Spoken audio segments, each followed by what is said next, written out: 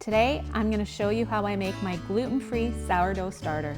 I'm Sylvie and I'm not a chef, but I've been gluten-free for 15 years and I never believed I could make my own loaf of bread. Yet, here I am. I'm going to walk you through step by step so you can do this on your own. So, we're going to take out our supplies.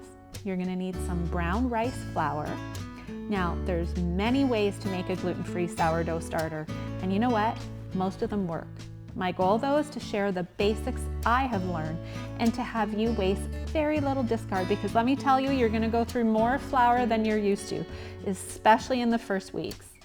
Some people tell you to use buckwheat flour for your starter. Some will tell you to add a piece of apple or raw honey to speed up the fermentation process.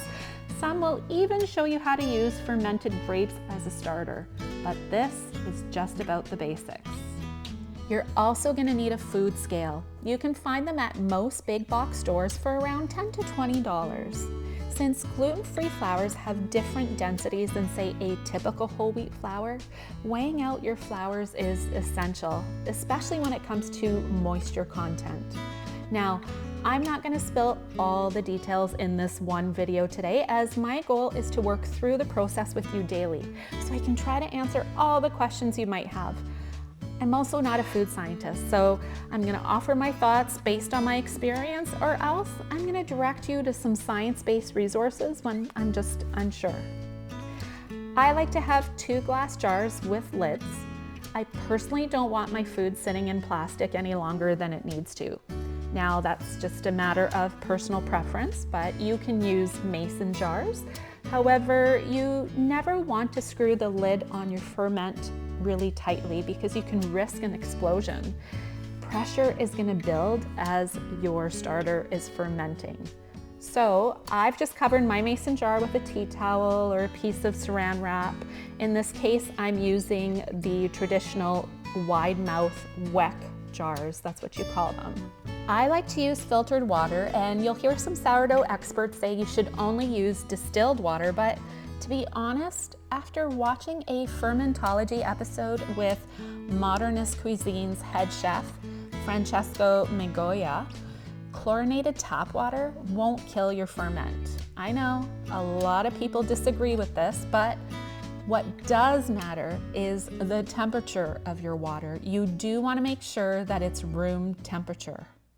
So I want to start with a very small amount here, because after today we're going to be discarding some of our starters. So I'd rather be discarding a small amount rather than a larger amount.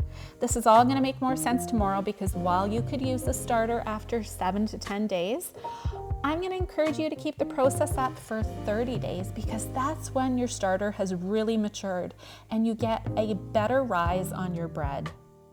So we're going to tare the scale. We want to make sure our scale doesn't calculate the weight of our jar, just what we're adding in it. So I hit the button twice and I can see my scale resets to 0. So now I'm ready to add my brown rice flour. We're going to add approximately 2 tablespoons of brown rice flour, which is roughly 25 grams.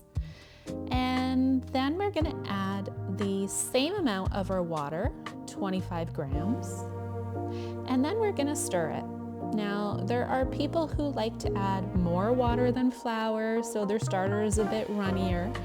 But right now, in these early days, it doesn't really matter. You just want your flour to be wet and well combined. As you can see, I ended up adding the tiniest little splash more of water, and this is what it looks like after I've stirred it up. And now I'm ready to clean up. As you can see, it's full-on winter here in Canada, so it's important that I store my starter in a sheltered area. I'm placing it on the counter in my pantry, but I've also stored it in a cabinet as well. You want to keep it out of the sun, but you also want to keep it out of a breezeway. Temperature is always going to affect your starter, so you may have more action in yours if you keep your home really warm. I keep my home at around 21 degrees, give or take if the fireplace is on. But you're soon going to learn that there are many factors that influence your sourdough loaf, and it's an ongoing lesson process for all of us.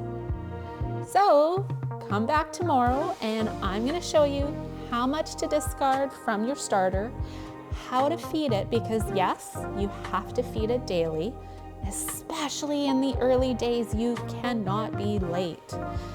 And if you have any questions, be sure to leave them in the comment section below.